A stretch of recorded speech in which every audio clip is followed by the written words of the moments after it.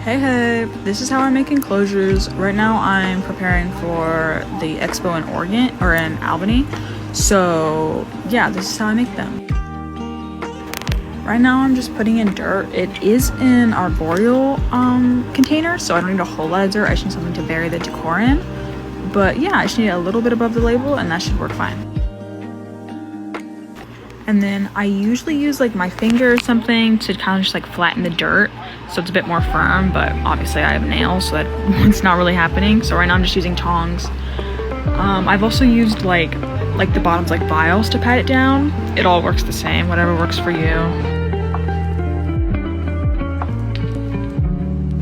This is our giant tub of wood that I'm gonna be reaching over off camera obviously, but giant thing of wood. It's kind of hard trying to find a size that fits like good in the enclosure, but not like too big to where it's like from corner to corner, you know, but not finding one that's too small where it's like it's not going to mean anything to the spider.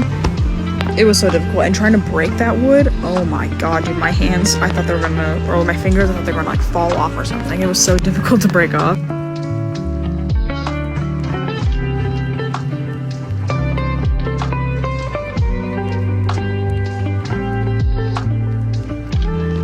And then I'm just gonna grab little plants. I usually try and have like greens and a flower. That's usually, and then like little, like I'll have little accessories to hot glue. That's usually my strategy and my plan for it, just to make it look nice.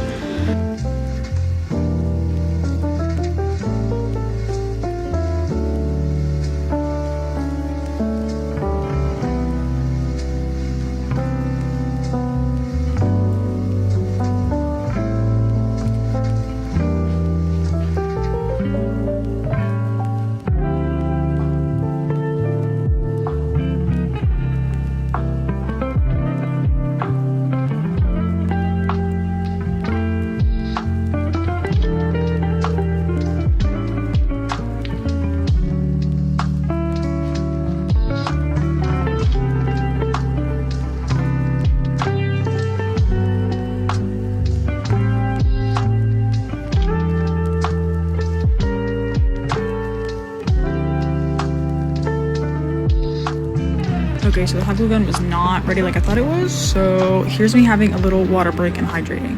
It took forever to heat up, but at least I'm hydrated, so a win is a win.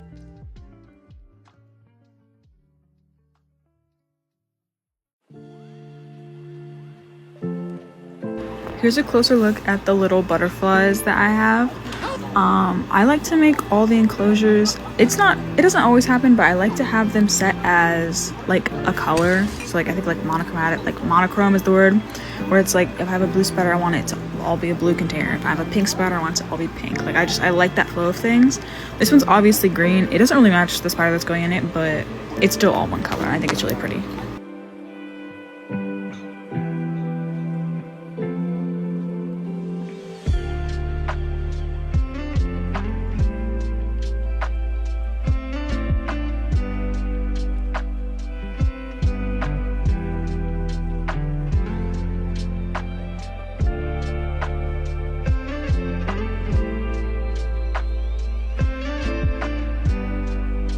Okay, rehousing time. There's a Versacolor going in this container, so it wasn't too terribly skittish. Like I've definitely seen worse. Like usually they try and like run up your arms and all that, but this guy was pretty calm, which I'm grateful for. It was a good, nice start into housing things, which I'm really grateful for.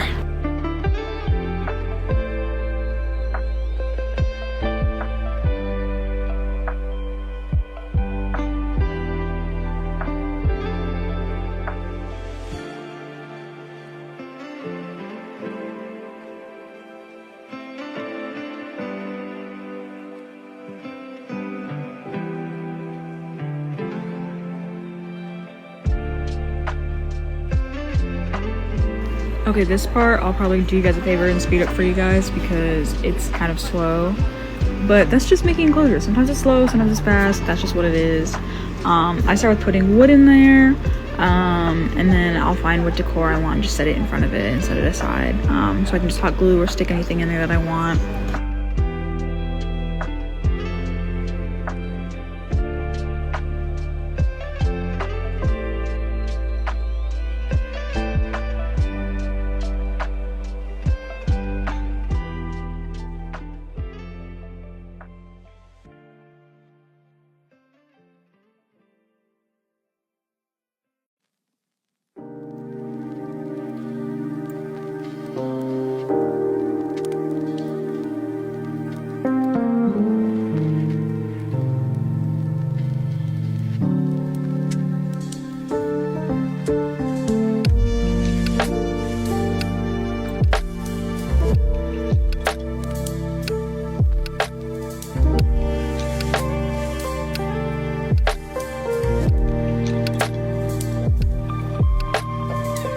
I also want to know, these are the only ones that I recorded making bioactive, but they're all bioactive. I'll just make that clear. They're all like bioactive. I put isopods and I put dwarf white springtails in there. They're all completely bioactive.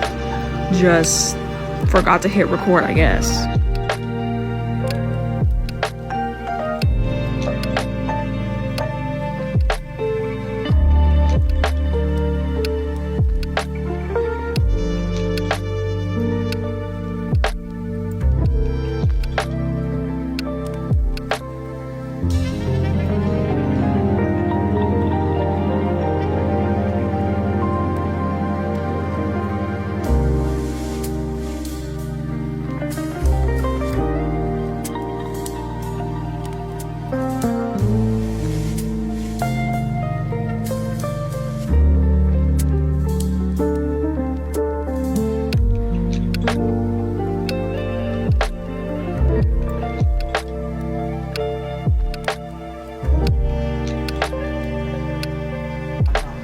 Whenever I put enclosures up like with my hand like that, I feel like one of those beauty influencers, like showing off like a makeup product or something. Like I feel like Nikki Tutorials.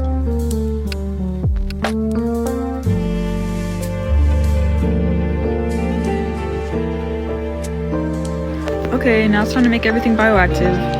I start with hitting the lid of the thing because all the springtails will go on the lid and I don't want to open it and they get everywhere.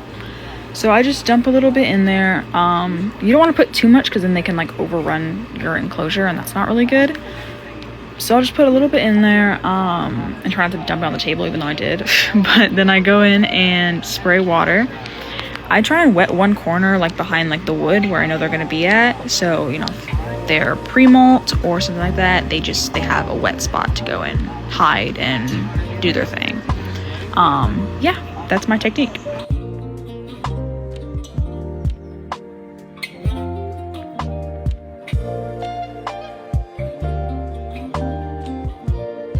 Okay, these guys were hands down the hardest to house. Like, it wasn't like terribly difficult, but it was hardest out of like all the ones that I had. They gave me this chill demeanor, and then when I would go and do something or sit them down, they would like bolt everywhere. Like there's one of them that even goes up my arm. And I'm like, what are you doing, dude? I thought I lost one at one point, and I was like, oh god, it was a mess. But luckily they weren't like, you know, aggressive or anything. They were just regular pink toes, so they were fine. But I forgot how much of a hassle they can be sometimes.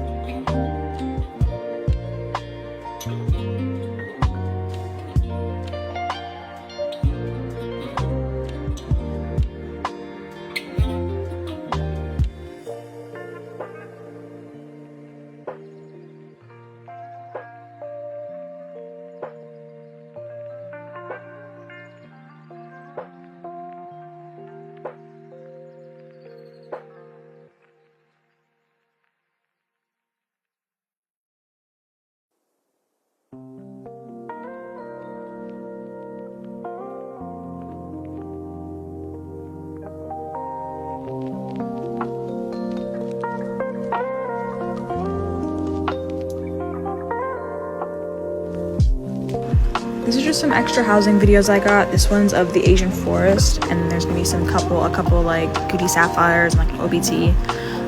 Just completely skipping the process and just getting to housing. Now, I'm not really fond of scorpions, so sticking my finger in there really wasn't ideal for me, but sometimes you gotta do what you gotta do. So now I'm just taking out the dirt, so there's like, it's just me and the scorpion. I don't gotta worry about dumping their old dirt in there.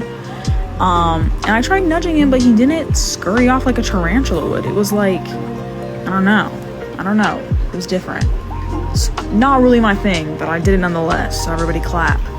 Also, you can't tell on video, but this guy was super plump, and he's only been fed twice.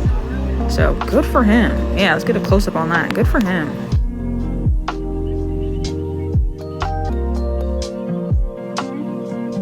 Okay, this is where we all point and laugh because a tarantula ran out and I had to try and catch it. You see me like run across the table, or like run around the table because I ran across the table. And also when I bring it back, you can't see anything. I didn't check to make sure that I was like in frame. So you're just gonna have to trust that there's a spider in there, and yeah, imagine that I showed you a crazy spider in there.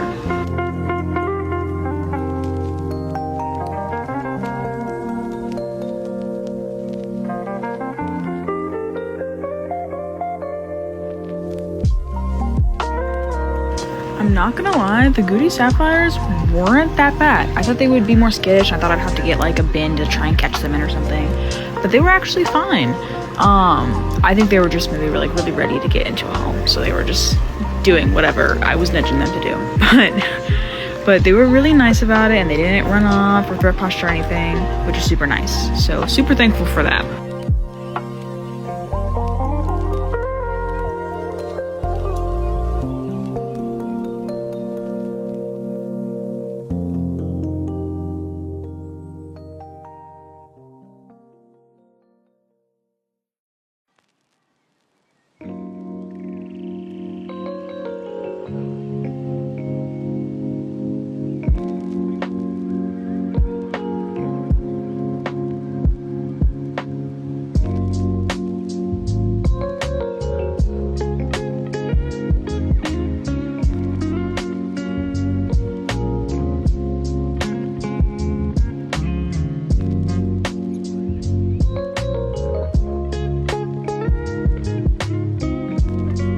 Okay, the OBT was kind of making me nervous. I don't know why. Ignore the vial next to it. That's the old vial. That's not the OBT. I just forgot to move it. But yeah, the OBT was making me nervous. I don't know. It was the smallest guy there, but I've seen him run around his enclosure like super fast to get food and all that. And I've had adult OBTs, so I know how fast they are. And I don't know. I was kind of like freaking myself out. But he was fine. He wasn't horrible. You can kind of see he'll like run out and then he runs around and then back it in through the top, so whatever that means. But he was pretty compliant, which was nice. Good on him. Good for me. You know, I didn't have to try and track him down or anything.